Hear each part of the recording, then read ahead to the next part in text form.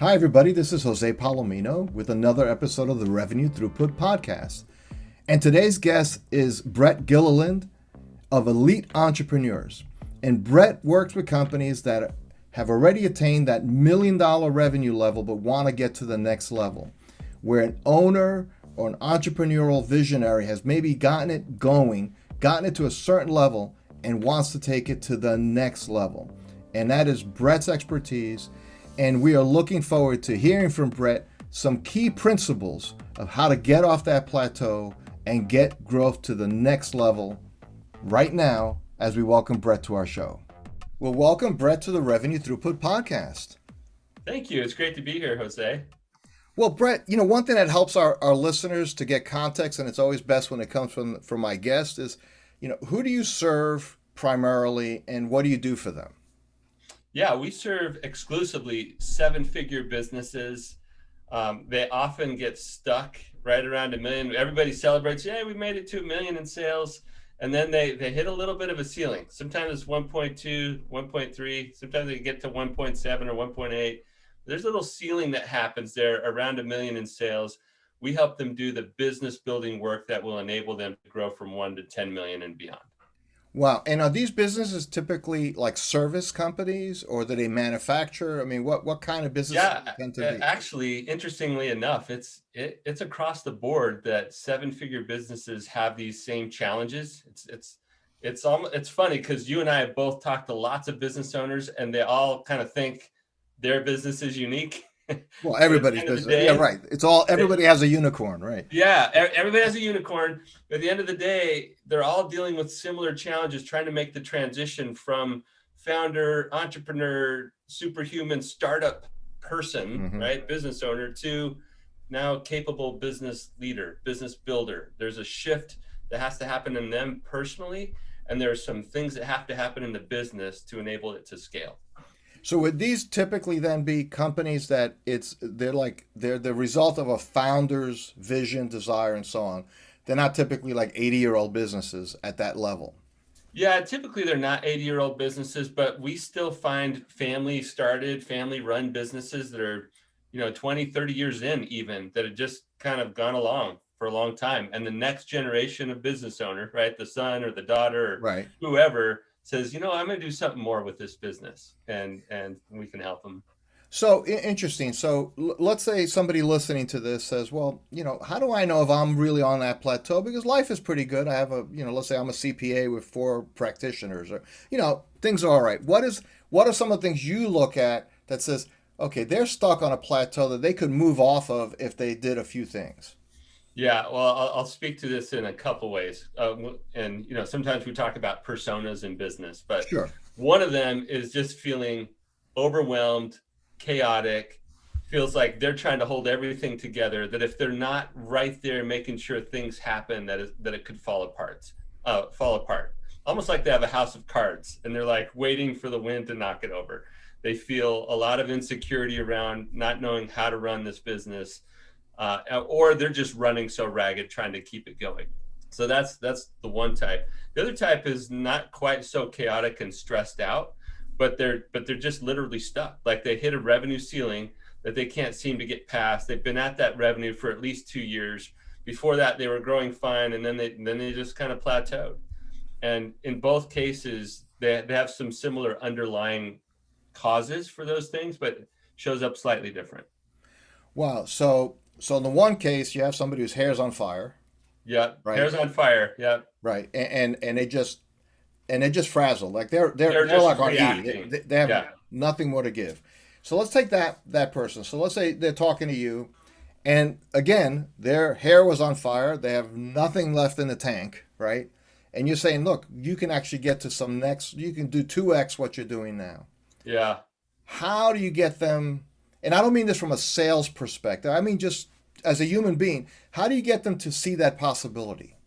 yeah. It's a great question because some of them actually fear growth at that point. They're like, I Interesting. can't handle it where it is right now. You're telling me I gotta, if I were to add people to this, that it would get better. Like they feel anxiousness around it getting bigger than it is. It blows their mind that that could be possible without killing them, right? Like Right. They're literally going, I can't imagine that world. Well, so what we try to help them do, and I don't mean from a sales perspective. I'm glad that you you talked about that, but help them see that other businesses have figured this out. There are business owners who have the business they want and a life that is comfortable, or that gives them what they want out of life. Right. That is possible. That is not reserved for some some privileged few, that other people can do this, and people like them. It's not like only the smartest people, or only the people with enough cash, or only whatever. This is not reserved for a select few. Anybody who learns what we teach can do that with their business, and we just try to help them see that there is still meaning to their business and meaning in their life that they could have if they would learn to do things a little different way. So you're hitting on something I think is particularly interesting. So I tend to work with companies that are a little bit older, a little bit larger, so they're more infrastructural. They just have more stuff there. Yeah. But the common thing, and that you've hit on, is like the owner, right? So a lot of times, what you really want to say or need to say sometimes is the main obstacle to your growth or to that next level life is look in the mirror. That's it. It's not these five knuckleheads you think are your knucklehead problem or That's something right. like that. So how do you have that conversation? And what do you find triggers in the owner that self awareness that says, you're right, it really is me. Yeah. So we use we call it the stages of small business growth. But the guy that I worked with for 10 plus years, so we took a seven-figure business and we did the things that we now teach, and we grew that business to 10 million, and then 30 million, then 100 million, right? So this isn't some set of concepts based on, I don't know, a bunch of theory. This is our practical experience of growing a seven-figure business to 10 million and beyond. And we were serving small businesses. And so his name is Clayton Mask. He's the CEO of Keep. It was Okay. formerly If Infusionsoft, so okay, there was sure. a rebranding. Anyway, Clayton and I worked together closely for 10 years. Clayton studied the US Census Bureau data from 2010, not the most recent 2020 stuff that we don't have access to yet, but back from 2010. He spent dozens and dozens of hours trying to identify the patterns in this big chunk that the US government calls small business. Well, that's Hmm. like 0 to 500 employees, right? Right. That's a ridiculously huge range of businesses. And very Um, different at those different very different. stratas. Right. Yeah. Right. So he really picked it apart and found out how many were at each stage, what each stage looked like. And he found, and what we now teach as the backdrop to help business owners understand it, is that there's this really cool pattern on the ones and threes of revenue. And if you go back, and this is what we do with this business owner founder who kind of gets stuck and is, hair on fire, said, let's look back at from 0 to 100,000, right? You were just self-employed. If you're the original founder, you're trying to figure this thing out. The biggest hurdle for you is figuring out how to manage your time. If you figured out how to manage your time, and that was when it was like solopreneur or side job, and then goes to solopreneur, it's like, I got to figure out how to get leads. And Right. then from 100,000 to 300,000, it was about sales.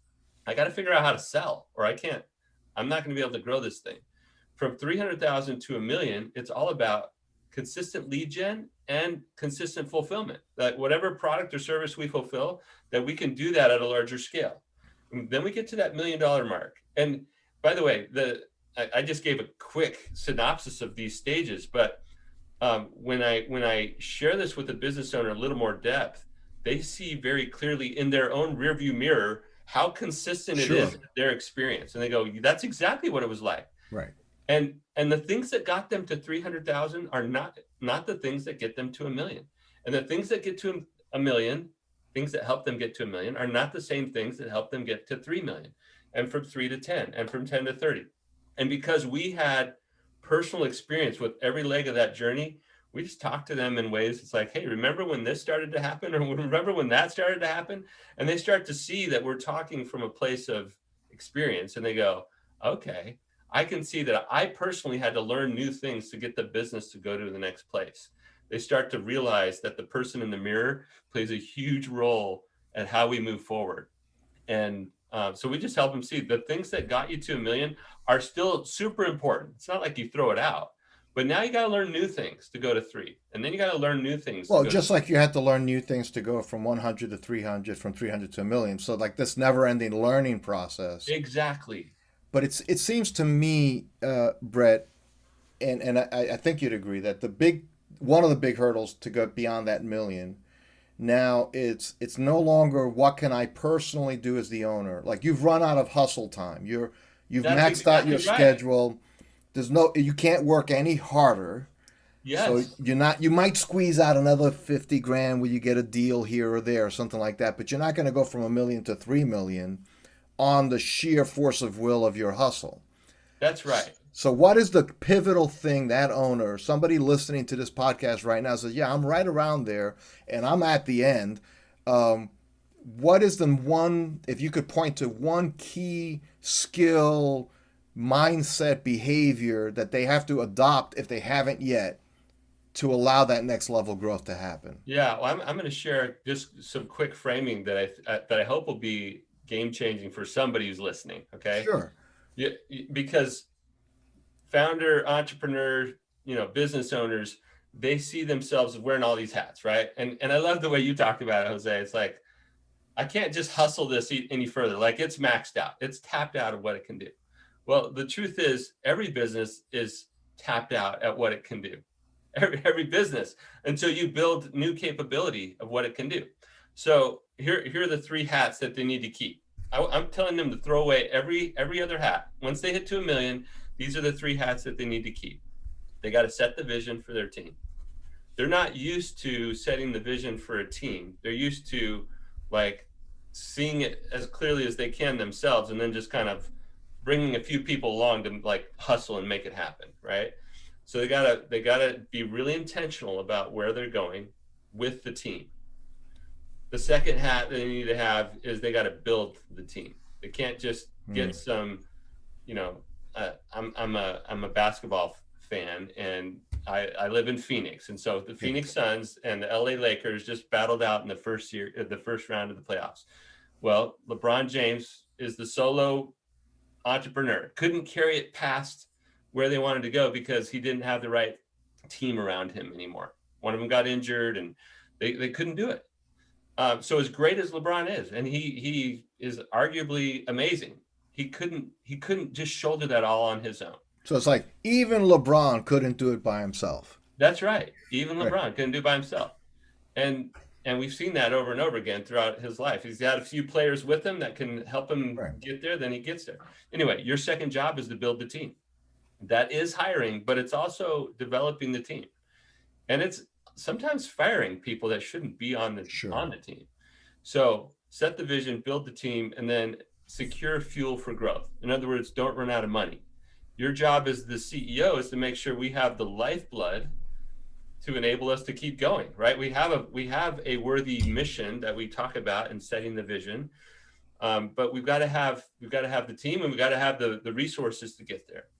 So they got to start seeing themselves in that light, and they got to work on the business more than they're working in it. That's one of the biggest changes at first, is to get organized enough to the place where I can start taking significant periods of time out of working in the business to just be a business owner, just be a CEO, start thinking more critically, more strategically, more big picture about the business and how to build this thing, separate from just willing it forward on my own back. Now, but there's a slight shift, I think, in a different kind of business. Let me describe what I mean. If somebody's manufacturing, right? So I invented something. It's handbags. It's a shoe. It's a widget. Doesn't matter. Yeah. So right away, probably early on, I was seeing scaling is a necessary thing I'll have to come to at some point, right? And then you need working capital, etc. But there's another category, and I'm sure you work with these folks as well, that are actually avid practitioners of their art, right? Yeah. They're a lawyer. They're an architect. Yeah. They're a consultant. So you described three hats to put on, none of which are getting better at my practice, getting better at the doing of the thing that got me started in the first place. Yes. So how do you square that circle where somebody says, I don't want to leave the stuff I do. I love lawyering or whatever, I love accounting. I'm the senior. I don't want to always just. I don't want to be just an operational head. Yeah. Well, I work with a great husband and wife law team here in the Phoenix area. And they came to us, they had grown their practice about 3 million. And that was it. I mean, he loved to be the trial lawyer. He loved to be there in the courtroom doing his thing, and he's gifted at it. Like, he's really, really good at it. But at some point, there's a decision to be made, and every single professional service provider has to make this decision.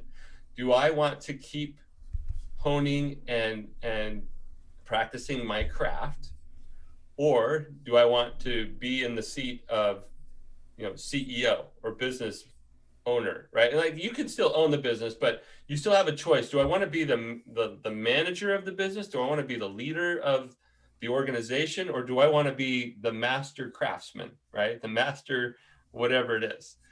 And so he's had this he's had to make the decision to get himself out of the courtroom to keep growing, if because that's the decision he made. And so now they're north of 10 million, right? So they more than tripled because he Right. pulled himself out more and he hired more team, and he's working on the business.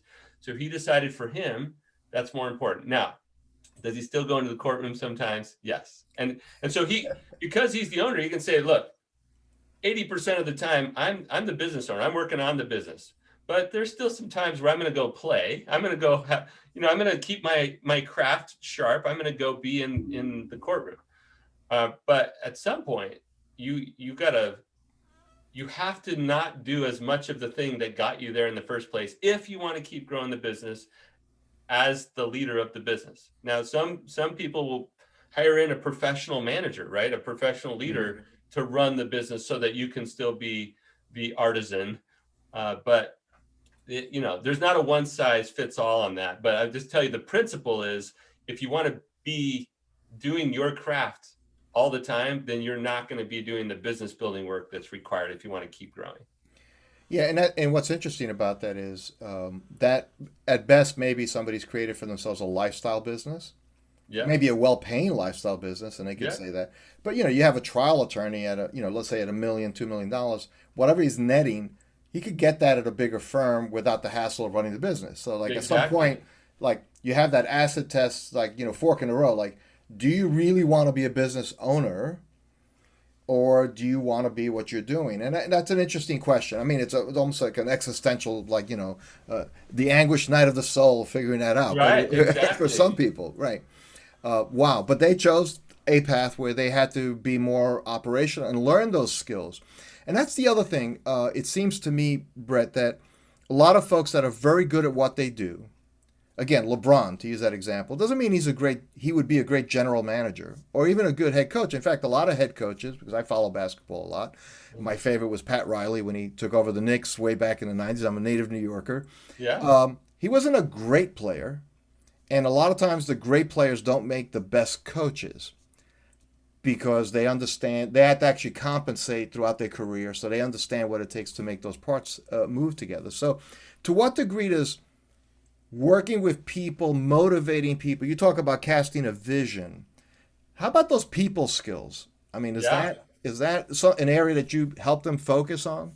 Yeah, absolutely. But another example I'll use real quick. His name is Morty, and he owns an industrial air compressor business. Okay, so they sell, install, service industrial size air compressors to big brands, big manufacturing facilities. But these are, in Morty's words, these are blue collar guys. They turn wrenches. Like, Hmm. they don't know much about business or about people skills. And he hit that $1 million mark. He was at 1.2, 1.3 for like several years in a row. And he came and we taught him how to make this shift from scrappy founder to, all right, capable business builder.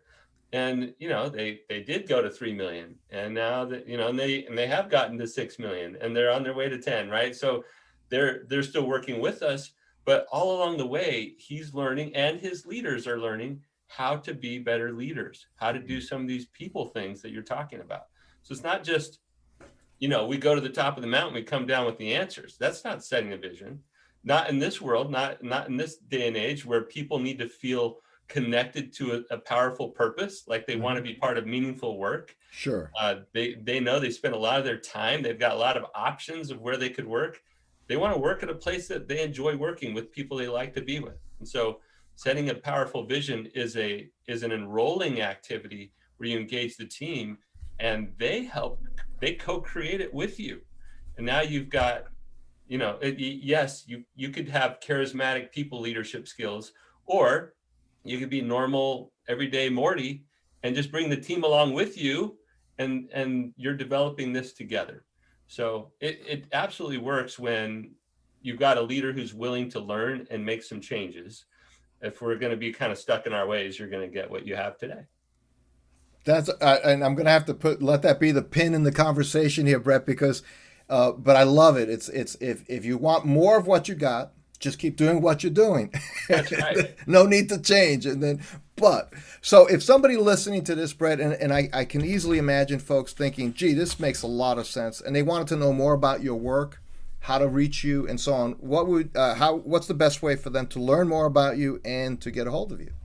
Yeah, so thank you for that opportunity. Our business is called Elite Entrepreneurs because it's only about 3% of businesses that ever start make it to that $1 million mark. They're elite.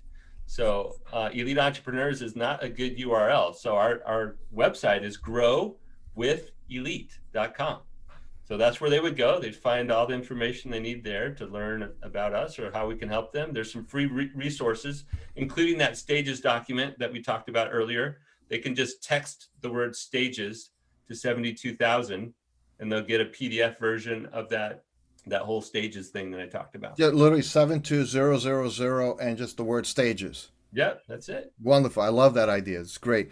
Brett, it's been really enjoyable getting to know you and getting to know about what you're doing and the work, the worthy work you're involved in helping people get to that next level. Thanks for having me, Jose. It was fun. My pleasure.